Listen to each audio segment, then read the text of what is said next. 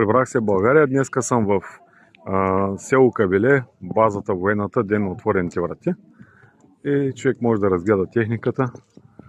Има най-различна техника, изложена. И разкарвам се тук по плаца и гледам какви са, даже и дрон има изложен, малко по-надолу. И гледам какво е въоръжението на Българската армия в България в момента.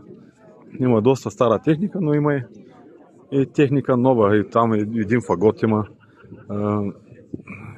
Има един дрон малко по-надолу на масата изложен. И човек може да разгледа. Новия калашник също така. Има нов модел калашник, картечница и такива неща. Така че има маси, на които се изложена такива оръжия и с обяснения, с обяснителни табели, и хората показват и обясняват какво е въоръжението на Българската армия в момента в България, в база Кабеле, град Ямбол. Така, даже ето сега дрона ще ви го покажа. Той е тук. Казвам го. Това ето го и дрончето. Така, това е. Хвърлят се и запалки, гранати отсреща в ливадата.